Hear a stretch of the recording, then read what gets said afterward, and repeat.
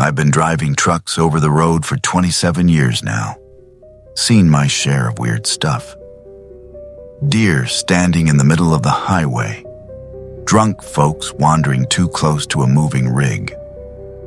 Ghost towns with more dogs than people. But this one night, this one damn night on Route 191, still chills me when I think about it.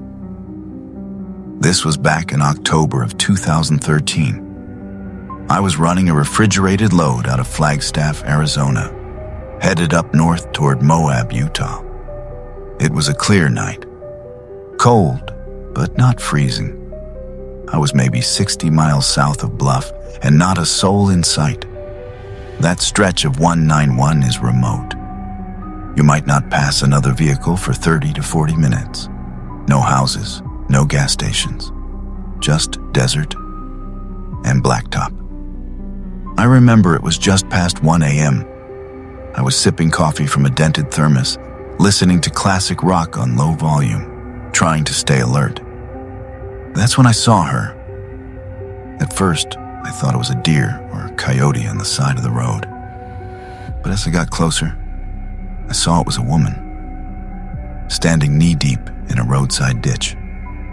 She wasn't waving or signaling, just standing there, head down, long black hair covering her face, wearing what looked like a dirty white nightgown. Now, I've seen people try all kinds of tricks to get help on the highway, some real, some setups. So I slowed down, but didn't stop. As I passed her, my headlights lit up her face, and I swear to God, she had no eyes. Just empty sockets, like dark holes burned into her skull.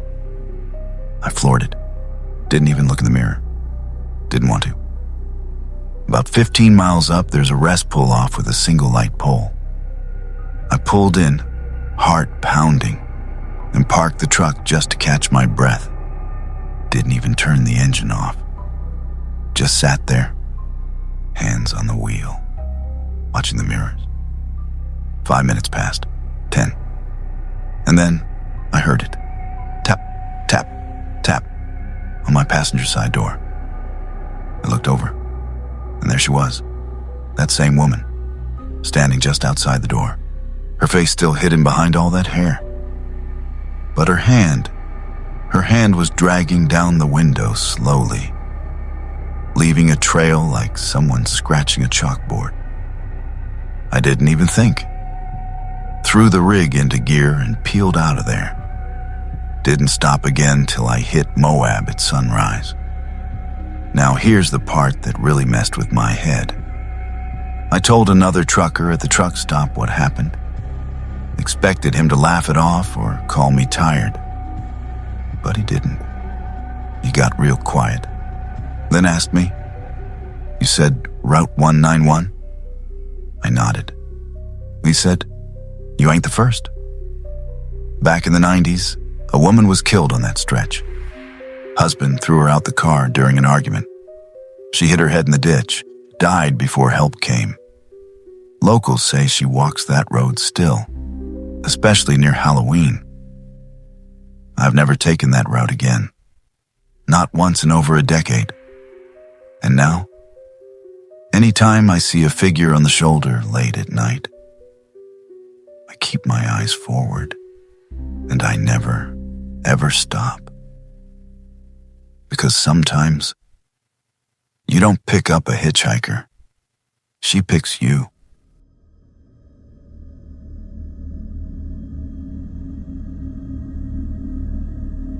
I've driven trucks for 22 years, mostly long hauls across the South and Midwest. You learn to love the quiet, the hum of tires, the low grumble of the engine, the occasional AM radio fuzz. But sometimes, the quiet turns on you. This happened back in the fall of 2011. I had a load running from El Paso to Tulsa, a familiar route. It was just past 10 p.m., and I just crossed into the Texas Panhandle. Wide, open country. Nothing but flat land and moonlight. I remember passing mile marker 348 Nothing special about it. 2 broken reflectors, dry weeds, no exits for a few miles. That's when the lights on my dash flickered. Not all of them, just the internal cab lights. And the radio. The engine was fine, but the cab got unnaturally quiet. Suddenly, the CB radio turned itself on and let out a high-pitched whine like feedback. Then a voice. "Can you see me?" I froze. I hadn't touched the radio in months, and I wasn't talking to anyone. "Can you see me?" It repeated. I grabbed the mic and said, "Who is this?" No answer. Just silence. A few miles later, I noticed a figure walking along the shoulder. At first, I thought it was a hitchhiker, a man, tall, wearing a jacket. But as I got closer, my headlights didn't touch him. It was like the light passed right through. No shadow. And then he turned toward me. And even from 100 feet away, I swear, he had no face, just smooth skin, where his eyes and mouth should be. I didn't stop. I drove faster. I don't remember the next 20 minutes of that drive. I only snapped out of it when I pulled into a Love's truck stop, hands shaking. I went inside and told a young guy at the counter what happened. He didn't even blink. "Mile marker 348?" he asked. I nodded. "Yeah, you're not the first." He said drivers have been reporting strange things on that stretch for years. One guy even quit trucking after seeing something walk through his moving trailer. Another claimed to have woken up, parked in a field, 10 miles off route. I don't drive that way anymore. I avoid that entire stretch. And every now and then, late at night, when I turn on my CB just to check, I still get that same voice. "Can you see me?"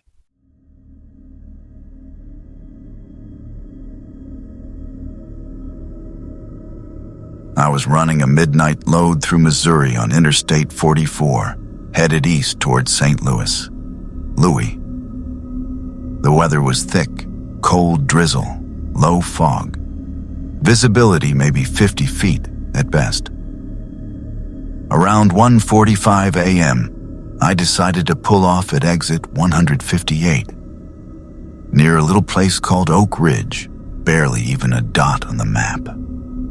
I'd stopped there once before. One tiny gas station, a vending machine that eats dollars, and a gravel pull-off lot for trucks to rest. As I pulled in, I noticed there were no other trucks parked, which was weird. That spot always had at least 1 or 2 guys crashed out. But that night, nothing. I parked, turned off the engine, and leaned back for a short nap, rain tapping the windshield. CB radio off, total silence. At exactly 2:08 a.m., I remember because I looked at the dash. My CB crackled on by itself. It wasn't tuned to any channel. It just came to life with heavy static. Then a low, heavy breathing sound. I reached to turn it off, assuming interference. But before I could touch it, a voice came through. "Don't look outside." My heart stopped. I froze. Something in that voice wasn't right. It was deep, almost too deep, like it had been slowed down. Out of pure instinct, I glanced at my driver's side mirror, and there was a face, inches from the glass, pale, sunken eyes, grinning. I jumped in my seat and slammed the lock. When I looked again, nothing. No one. Just fog. My CB popped again. The voice returned, this time louder. "I told you not to look." That was it.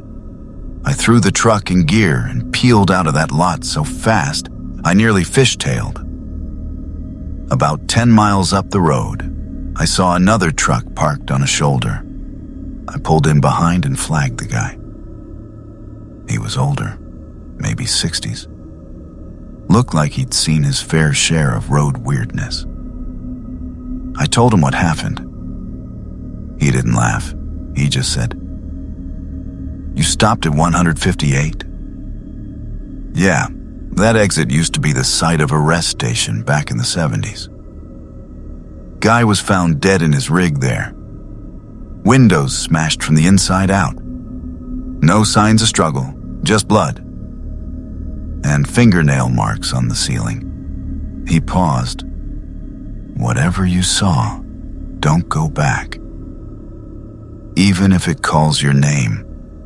I don't know what it was, I just know. I never sleep at exits anymore."